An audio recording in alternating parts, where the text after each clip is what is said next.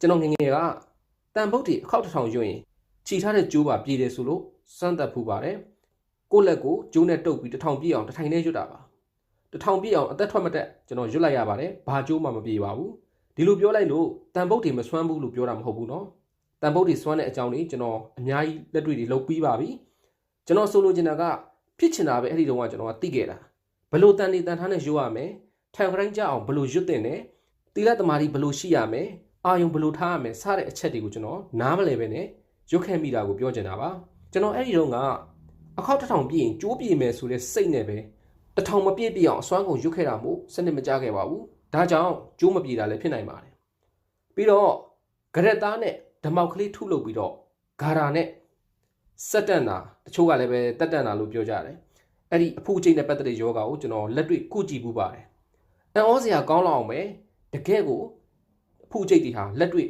စေးမလိန်စေးမအောင်ပဲနဲ့ပျောက်ကင်းခဲ့တာတွေလည်းအချိန်ချင်းကြုံပူပါတယ်ကိုတွေ့တွေပါ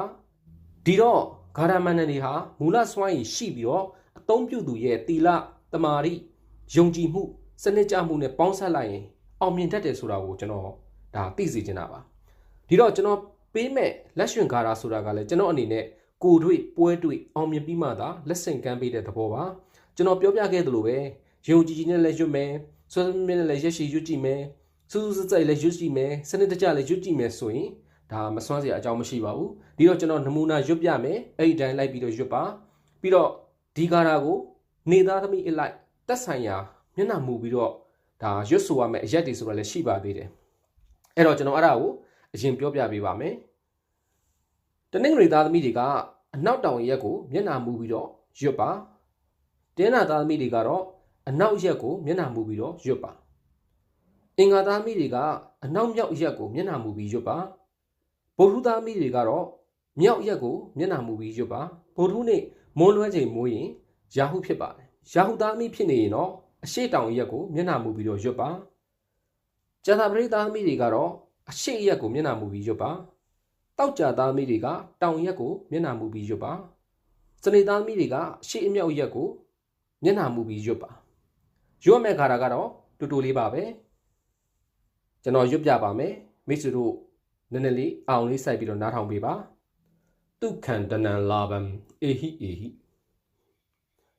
ဆိုတဲ့ခါတာလေးဖြစ်ပါတယ်ရွတ်မဲ့အခောက်ကြီးကတော့တတ်မှတ်ချက်လို့တော့မရှိပါဘူးမြများရွတ်နိုင်လေကောင်းလေဖြစ်ပါတယ်တချို့တရားရှင်လုံးပတိနဲ့တစ်ဖက်ရအောင်စိတ်တယ်ကောင်းပါတယ်တချို့10ဘက်လောက်စိတ်တယ်ကောင်းပါတယ်ဒါ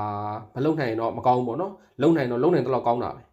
လုံးဝမလုံနိုင်တဲ့အဆုံးမှာ28ခေါက်လောက်ကတော့ရွတ်ဆိုပေးပါဖြစ်အောင်လုပ်ပေးပါမနေ့28ခေါက်ည28ခေါက်ပုံမှန်လေးလုပ်ကြည့်ပါလုံရင်းတဲ့ကိုအကျိုးထူးလာပါလိမ့်မယ်မယုံမရှိပါနဲ့မိတ်ဆွေကျွန်တော်ပြောခဲ့သလိုသာတိတိကျကျလေးလိုက်ပြီးတော့လုပ်ပေးပါအကျိုးရှိတာကိုတွေ့မြင်ရပါလိမ့်မယ်ဒီဂါရာမှာအဆုံးသတ်ဖြစ်တဲ့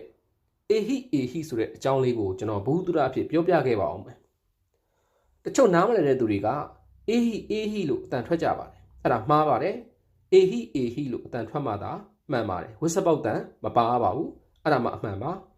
နောက်ပြီးတချို့မန်နတွေရဲ့အဆုံးသတ်စကားလုံးအဖြစ်သွားဟဆိုတဲ့စကားတစ်ခုရှိပါတယ်အမှန်က